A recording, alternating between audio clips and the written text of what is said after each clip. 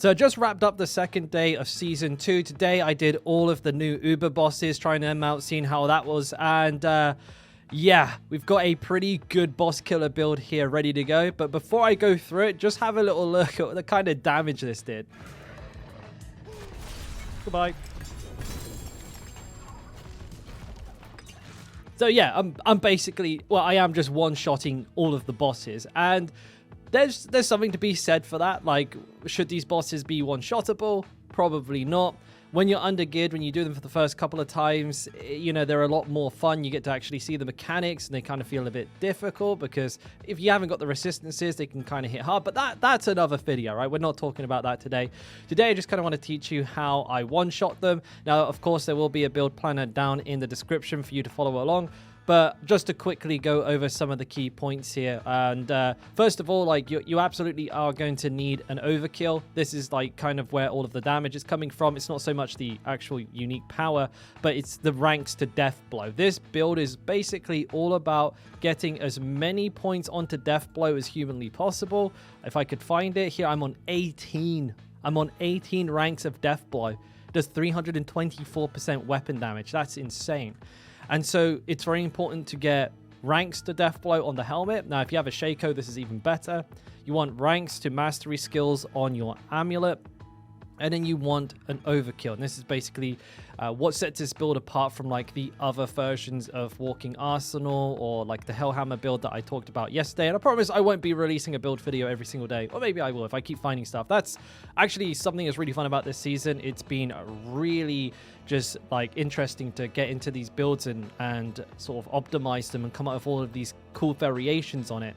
And as with like a lot of the builds I've been releasing, this one is very heavily centered around berserking, so much so we actually have Unconstrained and Wrath of the Berserker. So it's a very unusual Walking Arsenal build, but I mean, essentially it's just upheaval deathblow at this point with no shouts.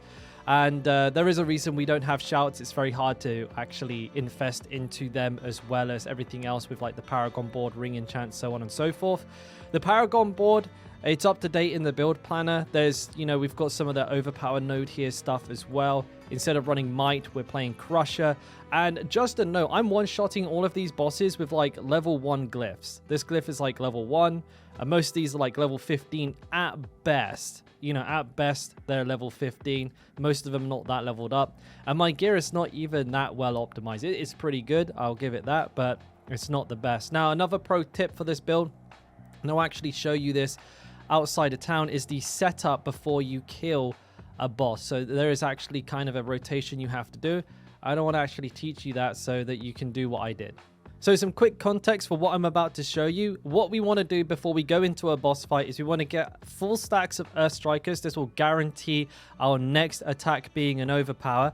And then we also want to get Encroaching Wrath, which will double the damage of our next death blow if it's on a two-handed weapon after we spend 100 Fury. Now, actually, when you have this, it's really bad to have too much Fury cost reduction, which I have, which is really frustrating because for me, I've accidentally reduced the cost of my upheaval down to 32%, which means 3 upheavals is 96. You need it to be 34 or higher so that you only have to do 3 upheavals to proc it, not 4. But this necklace, it had the mastery, it had the brute force on it, so I had to go with it. It's a little annoying, but it is what it is. So when you're going in, just real quick, to get it up, the easiest thing to do is just a light attack. There's always enemies outside of the boss fights. So you just light attack, upheaval. You can see you got 4, light attack, upheaval, because it's weapon swaps, light attack, upheaval, and it's good to go. And we also got weapon mastery at the same time. And then you just run in, you pop Wrath of the Berserker, and you just boom. So 10 mil non-crit there. Didn't even have my Fortify up. And it's important to have your Fortify up because you have things like counter-offensive in your skill tree that increase your damage when you're over half Fortify. You can get Fortified by just spamming Iron Skin or getting hit by enemies. But that is it. And yeah, things are developing really quickly. I mean, overall, I've really enjoyed Season 2 so far. Obviously, it's only the second day. I guess I got to give it some time, but there was not this much being discovered at the beginning of Season 1, so I'm having an absolute blast, and I look forward to delving into and finding more of these sort of niche and sort of variation type style builds. But If you liked it, don't forget to give the video a like, subscribe for more Barbarian and just general Diablo content, and maybe whip by the stream. Stream every day, and link is all down in the description along with the build planner, of course. All right, take care. Bye.